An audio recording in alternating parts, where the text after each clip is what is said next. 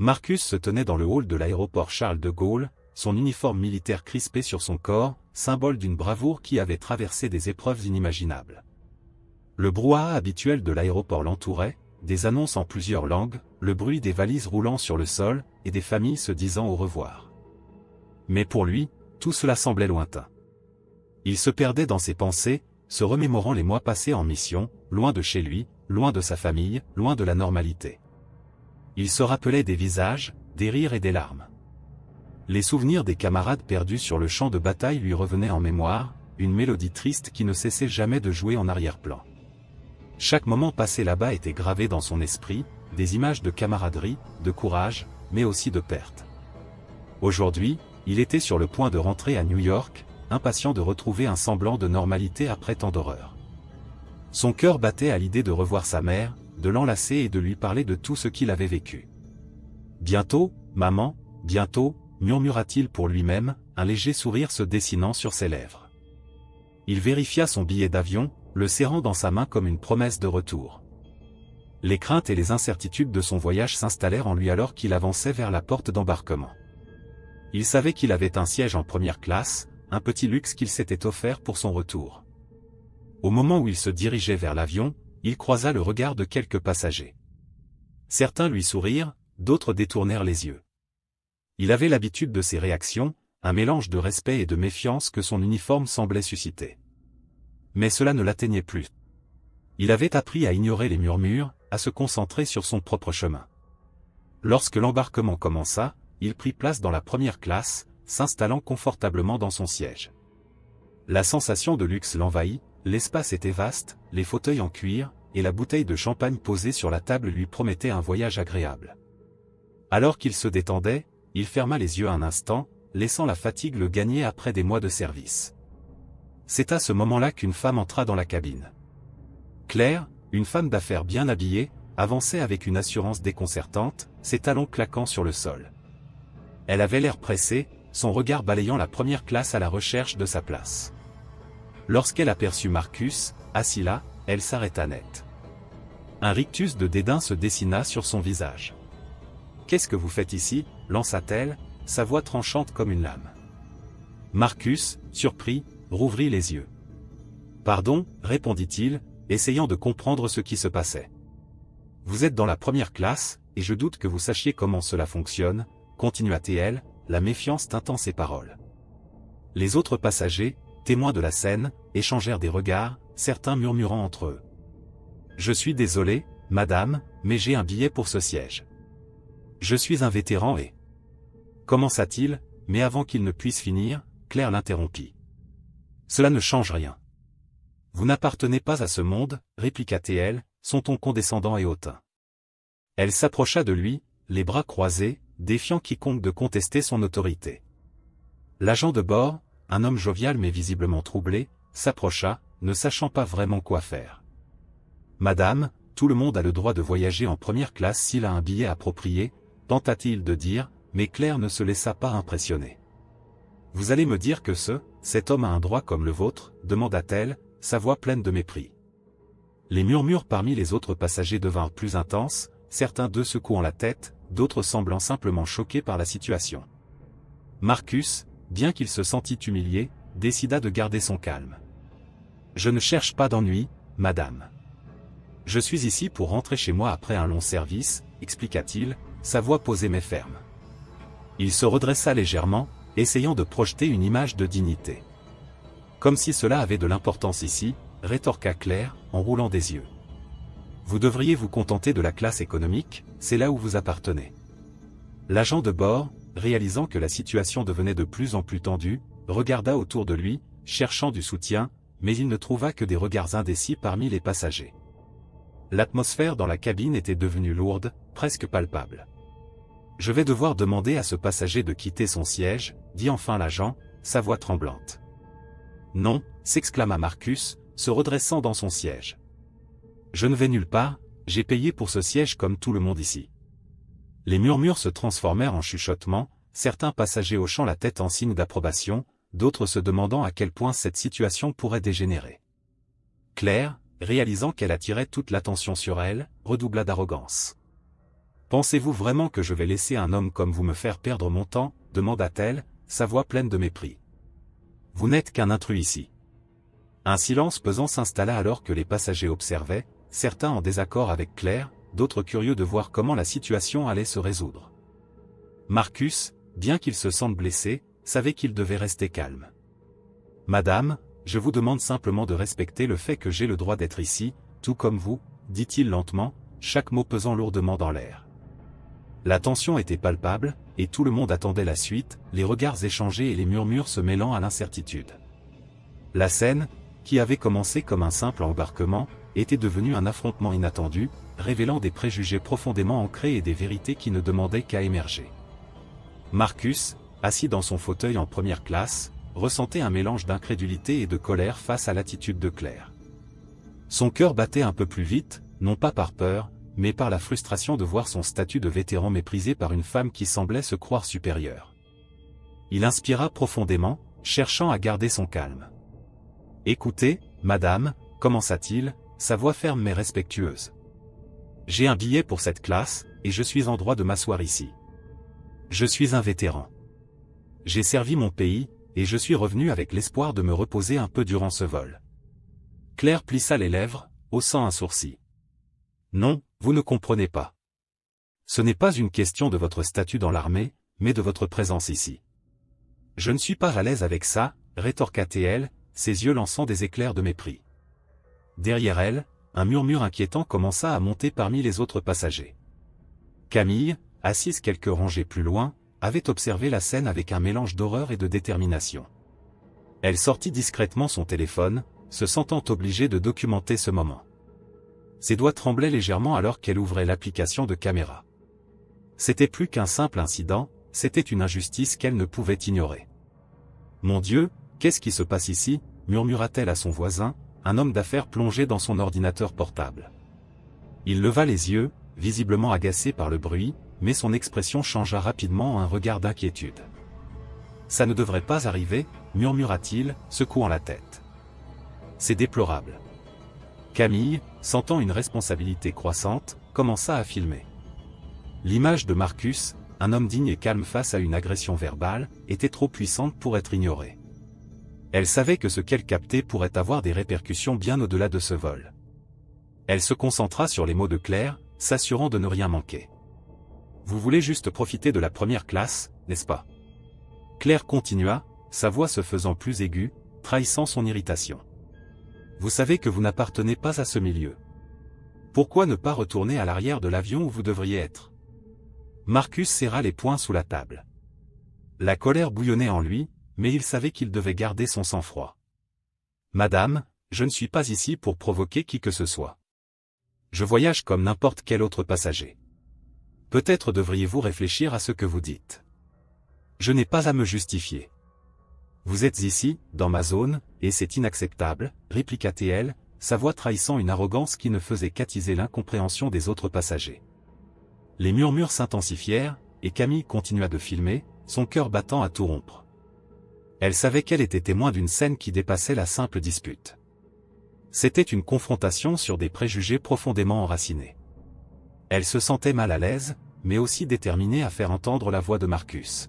« Regardez, je n'ai pas besoin de votre approbation, » insista Marcus, se redressant dans son siège, son regard se posant sur Claire avec une fermeté tranquille. « Je suis ici parce que j'ai payé un prix pour ce siège, tout comme vous. Je n'ai pas demandé à être jugé sur la couleur de ma peau ou mon uniforme. » Les passagers autour de lui semblaient se raidir, certains hochant la tête en signe d'approbation. Claire, réalisant qu'elle était en train de perdre le contrôle de la situation, commença à se débattre. « C'est ridicule, vous ne pouvez pas me parler comme ça. »« Je ne vous crains pas, » s'écria-t-elle, sa voix devenant plus forte, presque hystérique. Un silence pesant s'installa dans l'avion, où chaque passager retenait son souffle, observant ce qui se passait. Camille, toujours en train de filmer, se demandait si quelqu'un allait intervenir. Elle sentit une montée d'adrénaline, sachant qu'elle était sur le point de capturer un moment crucial. « Vous ne comprenez pas ?» murmura Marcus, sa voix plus douce maintenant, presque désespérée. « Je ne cherche pas à vous provoquer. Je veux juste rentrer chez moi. »« Oh, vous êtes l'exemple parfait de ce qu'il ne faut pas faire, » répliqua Claire, maintenant en colère, se redressant dans son siège. Elle balaya la pièce du regard, cherchant des alliés, mais elle ne trouva que des visages fermés, des regards qui la jugeaient. « Vous êtes pathétique », murmura un homme à l'arrière, ce qui fit rougir Claire de rage. « Je ne suis pas pathétique », cria-t-elle, mais sa voix tremblait d'une nervosité qu'elle ne pouvait plus cacher. Elle savait qu'elle avait dépassé les bornes, mais au fond d'elle, elle ne pouvait pas admettre sa défaite. Elle se tourna vers Marcus avec un regard plein de défi. « Vous ne gagnerez pas. Je vais faire en sorte que cela se sache. »« Que comptez-vous faire ?» demanda Marcus, son ton plein de défi. Il sentit que tout cela ne pouvait pas se terminer ainsi. « Vous verrez, » répondit-elle, un sourire amer sur le visage. « Vous allez comprendre que le monde n'est pas fait pour vous. » Juste à ce moment-là, un agent de bord, attiré par le tumulte croissant, s'approcha d'un pas rapide. Il avait entendu les éclats de voix et sentait qu'il devait intervenir avant que la situation ne dégénère davantage. « Mesdames et messieurs, » commença-t-il, sa voix forte et autoritaire. « Je vous prie de garder votre calme. Nous allons clarifier cette situation. » Marcus se tourna vers lui, espérant qu'il serait un arbitre juste. Claire, réalisant que son moment de gloire était en train de s'évanouir, chercha à se défendre. « Ce n'est pas ce que vous pensez, » tenta-t-elle, mais l'agent de bord la coupa. « Je vous demande de vous calmer, madame. Nous ne tolérerons pas ce genre de comportement à bord. Monsieur, pourriez-vous s'il vous plaît vous lever et nous montrer votre billet ?» Marcus, bien que réticent, se leva lentement, sortant son téléphone de sa poche pour montrer son billet. Les yeux de Claire s'arrondirent d'horreur alors qu'elle voyait que l'agent de bord avait pris le parti de Marcus. « Comme vous pouvez le voir, il s'agit bien d'un billet de première classe, » annonça l'agent de bord avec assurance. « Vous n'avez pas le droit de remettre en question la présence de ce passager ici. » Le silence régnait dans l'avion, et les regards se tournaient vers Claire, qui, maintenant, semblait être la seule dans la pièce à ne pas comprendre la gravité de la situation. Dans la cabine de l'avion, une tension palpable flottait dans l'air. Marcus, assis les épaules droites et le regard déterminé, se concentrait sur sa respiration. Il avait l'habitude de faire face à des situations difficiles, mais celle-ci le touchait différemment. Claire, de son côté, était rouge de colère et d'humiliation. L'agent de bord, un homme d'une quarantaine d'années, s'approcha d'eux, le visage empreint de sérieux. « Madame, je vous demande de vous calmer, » dit-il, la voix ferme mais polie. « Monsieur a un billet de première classe et il a le droit de rester assis ici. » Claire, bien que consciente qu'elle avait perdu le soutien moral des autres passagers, ne voulait pas abandonner. Elle croisa les bras, défiant l'agent de bord du regard. « Je ne vois pas pourquoi un homme comme lui devrait bénéficier d'un traitement privilégié, » rétorqua-t-elle, sa voix tremblant d'un mélange d'indignation et de mépris. « C'est tout simplement inacceptable. » Les murmures dans l'avion s'intensifièrent.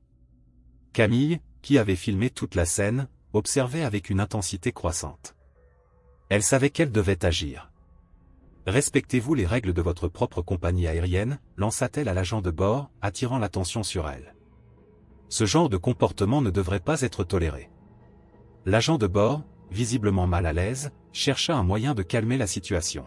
« Je comprends que ce soit une situation délicate, mais nous ne pouvons pas permettre ce type de discrimination ici, » insista-t-il, regardant Claire avec une fermeté nouvelle. « Je vous conseille de vous asseoir à votre place et de laisser monsieur tranquille. » Claire, sentant qu'elle était en train de perdre le contrôle de la situation, se retourna vers les autres passagers, cherchant des alliés. « Vous tous, vous êtes d'accord avec moi, n'est-ce pas ?» demanda-t-elle, sa voix élevée. « Ce n'est pas normal qu'un homme comme lui soit ici, dans notre espace. » Mais au lieu de soutien, elle fut accueillie par des regards désapprobateurs. Un homme âgé, assis à quelques rangées, l'interpella. « Ce n'est pas une question de couleur ou de milieu. C'est une question de respect des règles. » D'autres passagers acquiescèrent, et l'atmosphère devint de plus en plus hostile à son égard. Marcus, bien que conscient de l'humiliation qu'il subissait, garda son calme. « Je ne cherche pas de conflit, » dit-il, sa voix posée. « Je suis juste ici pour rentrer chez moi après avoir servi mon pays. Je mérite le même respect que n'importe qui d'autre. »« Servir votre pays ?» s'exclama Claire, sarcastique. « Et alors ? Ça ne devrait pas arriver, » murmura-t-il, secouant la tête. « C'est déplorable. » Camille, sentant une responsabilité croissante, commença à filmer. L'image de Marcus, un homme digne et calme face à une agression verbale, était trop puissante pour être ignorée. Elle savait que ce qu'elle captait pourrait avoir des répercussions bien au-delà de ce vol. Elle se concentra sur les mots de Claire, s'assurant de ne rien manquer. « Vous voulez juste profiter de la première classe, n'est-ce pas ?» Claire continua, sa voix se faisant plus aiguë, trahissant son irritation. « Vous savez que vous n'appartenez pas à ce milieu. Pourquoi ne pas retourner à l'arrière de l'avion où vous devriez être ?» Marcus serra les poings sous la table. La colère bouillonnait en lui, mais il savait qu'il devait garder son sang-froid. « Madame, je ne suis pas ici pour provoquer qui que ce soit. Je voyage comme n'importe quel autre passager. Peut-être devriez-vous réfléchir à ce que vous dites. Je n'ai pas à me justifier. Vous êtes ici, dans ma zone, et c'est inacceptable, répliqua-t-elle, sa voix trahissant une arrogance qui ne faisait qu'attiser l'incompréhension des autres passagers. Les murmures s'intensifièrent, et Camille continua de filmer, son cœur battant à tout rompre. Elle savait qu'elle était témoin d'une scène qui dépassait la simple dispute. C'était une confrontation sur des préjugés profondément enracinés. Elle se sentait mal à l'aise, mais aussi déterminée à faire entendre la voix de Marcus. « Regardez, je n'ai pas besoin de votre approbation, » insista Marcus, se redressant dans son siège, son regard se posant sur Claire avec une fermeté tranquille. « Je suis ici parce que j'ai payé un prix pour ce siège, tout comme vous. Je n'ai pas demandé à être jugé sur la couleur de ma peau ou mon uniforme. » Les passagers autour de lui semblaient se raidir, certains hochant la tête en signe d'approbation. Claire, réalisant qu'elle était en train de perdre le contrôle de la situation, commença à se débattre. « C'est ridicule, vous ne pouvez pas me parler comme ça. »« Je ne vous crains pas, » s'écria-t-elle, sa voix devenant plus forte, presque hystérique. Un silence pesant s'installa dans l'avion, où chaque passager retenait son souffle, observant ce qui se passait. Camille, toujours en train de filmer, se demandait si quelqu'un allait intervenir. Elle sentit une montée d'adrénaline, sachant qu'elle était sur le point de capturer un moment crucial. « Vous ne comprenez pas » murmura Marcus, sa voix plus douce maintenant, presque désespérée. « Je ne cherche pas à vous provoquer. Je veux juste rentrer chez moi. »« Oh, vous êtes l'exemple parfait de ce qu'il ne faut pas faire, » répliqua Claire, maintenant en colère, se redressant dans son siège. Elle balaya la pièce du regard, cherchant des alliés, mais elle ne trouva que des visages fermés, des regards qui la jugeaient. « Vous êtes pathétique, » murmura un homme à l'arrière, ce qui fit rougir Claire de rage. « Je ne suis pas pathétique, » cria-t-elle, mais sa voix tremblait d'une nervosité qu'elle ne pouvait plus cacher. Elle savait qu'elle avait dépassé les bornes, mais au fond d'elle, elle ne pouvait pas admettre sa défaite. Elle se tourna vers Marcus avec un regard plein de défi. « Vous ne gagnerez pas. Je vais faire en sorte que cela se sache. »« Que comptez-vous faire ?» demanda Marcus, son ton plein de défi. Il sentit que tout cela ne pouvait pas se terminer ainsi. « Vous verrez, » répondit-elle, un sourire amer sur le visage. « Vous allez comprendre que le monde n'est pas fait pour vous. » Juste à ce moment-là, un agent de bord, attiré par le tumulte croissant, s'approcha d'un pas rapide. Il avait entendu les éclats de voix et sentait qu'il devait intervenir avant que la situation ne dégénère davantage. « Mesdames et messieurs, » commença-t-il, sa voix forte et autoritaire. « Je vous prie de garder votre calme. Nous allons clarifier cette situation. » Marcus se tourna vers lui, espérant qu'il serait un arbitre juste. Claire, réalisant que son moment de gloire était en train de s'évanouir, chercha à se défendre. « Ce n'est pas ce que vous pensez, » tenta-t-elle, mais l'agent de bord la coupa. « Je vous demande de vous calmer, madame. Nous ne tolérerons pas ce genre de comportement à bord. Monsieur, pourriez-vous s'il vous plaît vous lever et nous montrer votre billet ?» Marcus, bien que réticent, se leva lentement, sortant son téléphone de sa poche pour montrer son billet. Les yeux de Claire s'arrondirent d'horreur alors qu'elle voyait que l'agent de bord avait pris le parti de Marcus. « Comme vous pouvez le voir, il s'agit bien d'un billet de première classe, » annonça l'agent de bord avec assurance.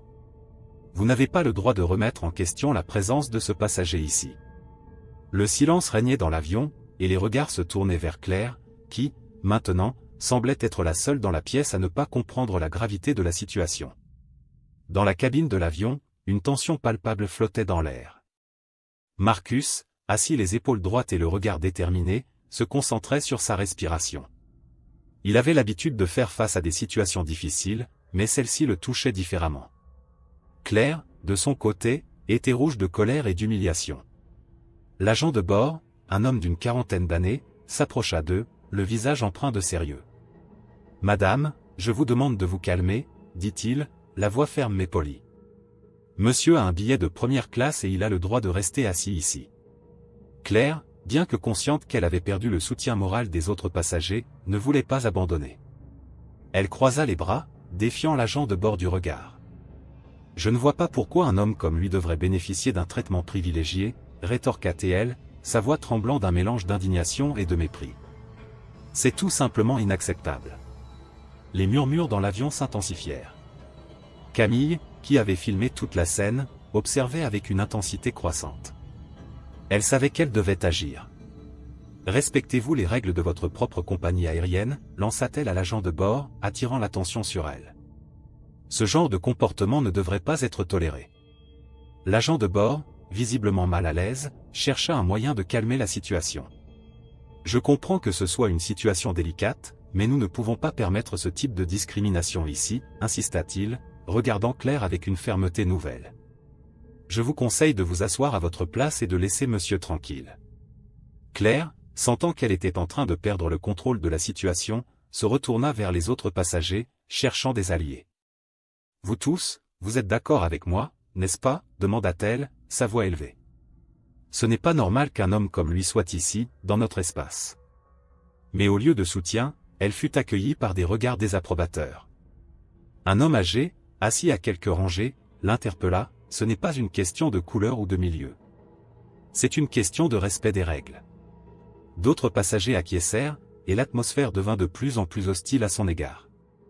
Marcus, bien que conscient de l'humiliation qu'il subissait, garda son calme. « Je ne cherche pas de conflit, » dit-il, sa voix posée. « Je suis juste ici pour rentrer chez moi après avoir servi mon pays.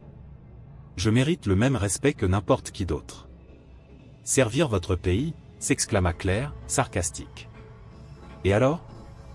Je suis juste une femme d'affaires qui veut un peu de tranquillité. » Mais ces excuses sonnaient creuses, et les regards des autres passagers se transformaient en reproches silencieux. « Vous avez créé cette situation, madame, » répondit un homme assis à l'arrière, sa voix forte et claire. « Vous êtes celle qui a commencé ce conflit. Pourquoi ne pouvez-vous pas simplement vous excuser ?» Claire se renfrogna, ses joues rougissant d'humiliation. Elle avait l'habitude d'être respectée, d'être au-dessus des autres. Mais ici, dans cet avion, elle était confrontée à quelque chose qu'elle n'avait jamais vraiment connu, l'égalité. Marcus, toujours assis, ressentait une vague de soutien l'envahir. « Je comprends que cela puisse être difficile à comprendre, mais nous sommes tous des êtres humains, » dit-il avec douceur. « Nous avons tous nos luttes, nos combats. Mais nous avons aussi tout le droit d'être respectés. » Les murmures s'intensifièrent, et Camille continua de filmer, son cœur battant la chamade. Elle savait que ces mots pourraient faire la différence. Elle espérait que la vidéo atteindrait des milliers, voire des millions de personnes. « Il faut que quelqu'un entende cette voix », se dit-elle. Pendant ce temps, Claire avait fini son appel et se tournait vers Marcus, son visage durci par la détermination. « Vous n'avez aucune idée de qui je suis, » dit-elle, son ton glacial. « Vous pensez que vous pouvez me faire honte devant tout le monde ? » « Je ne cherche pas à vous faire honte, » répondit Marcus, son regard chaleureux mais ferme. « Je cherche simplement à être traité avec respect, tout comme vous. » Un silence pesant s'installa alors que les autres passagers écoutaient attentivement, captivés par cette confrontation. Claire, réalisant qu'elle était de plus en plus isolée, se mit à trembler.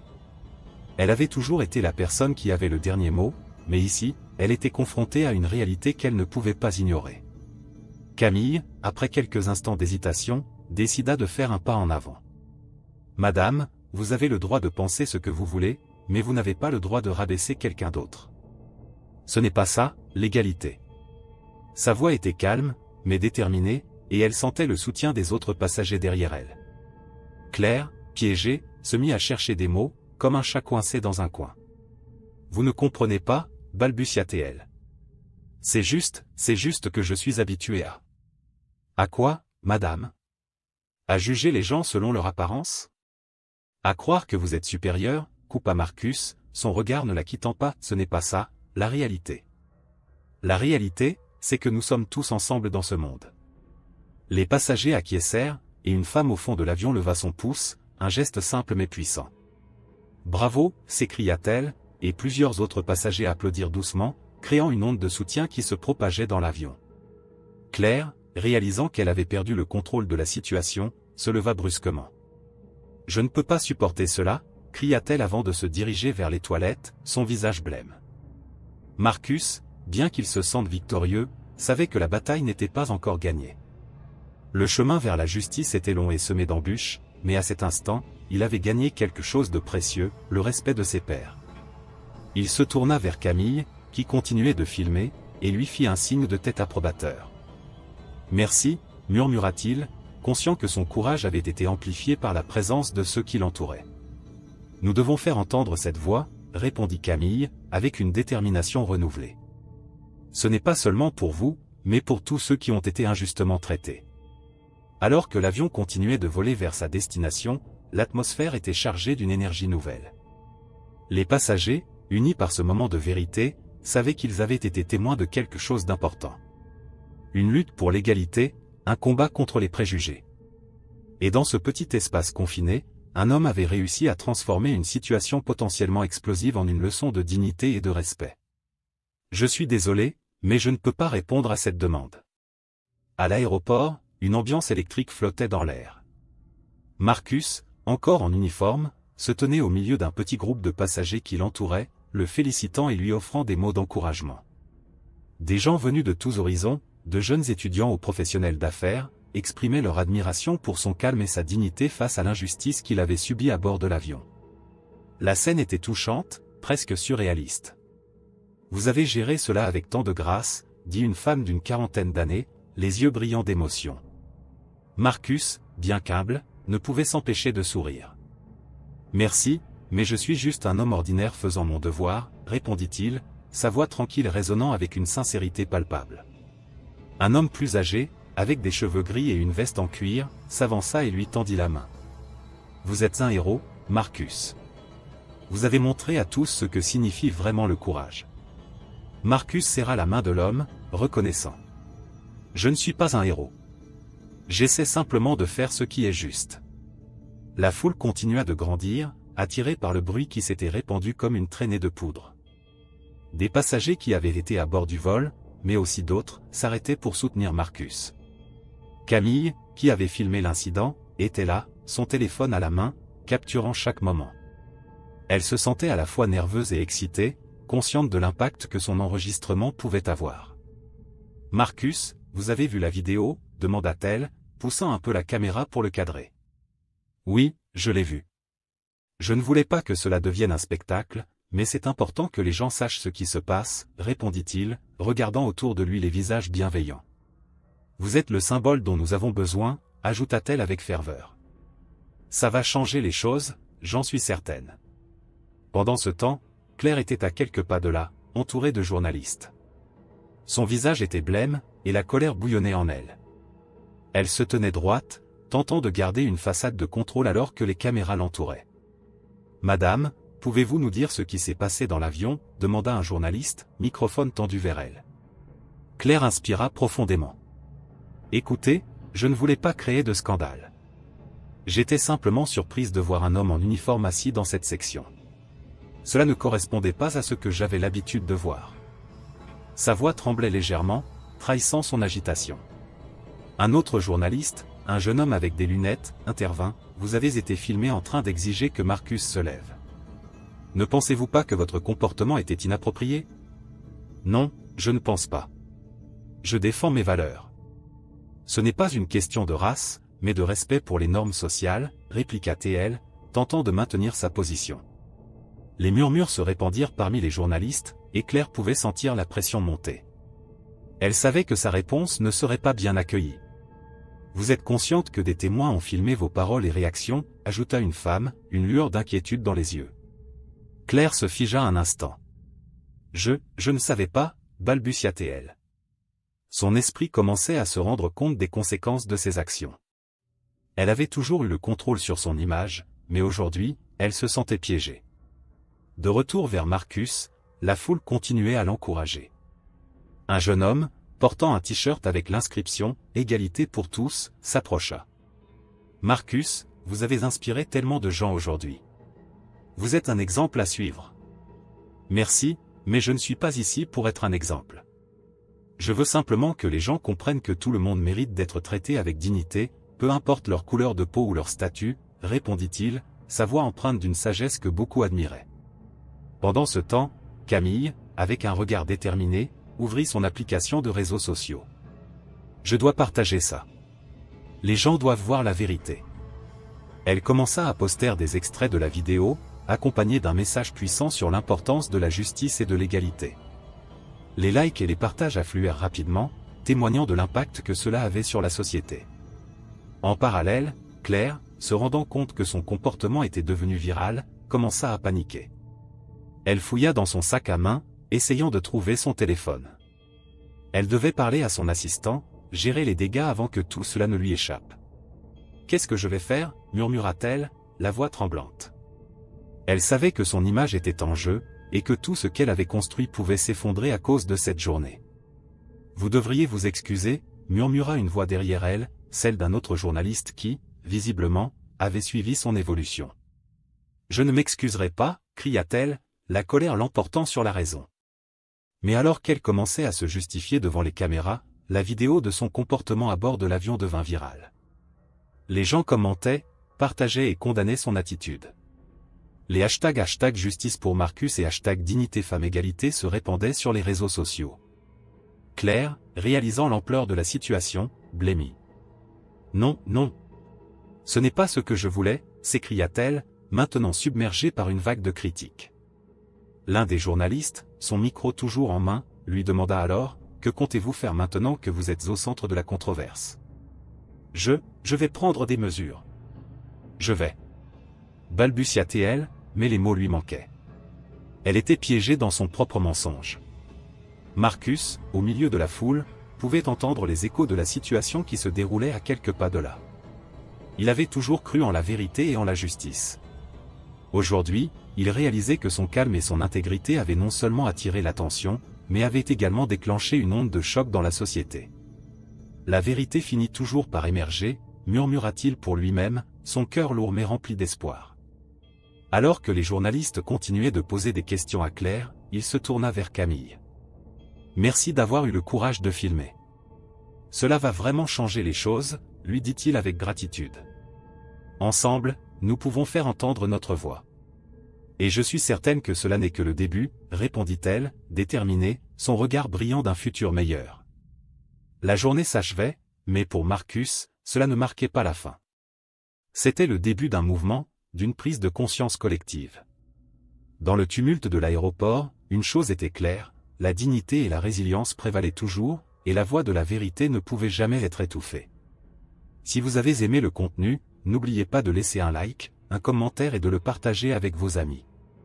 Votre commentaire est essentiel pour la croissance de la chaîne. Et regardez cette vidéo qui apparaît à l'écran. À bientôt.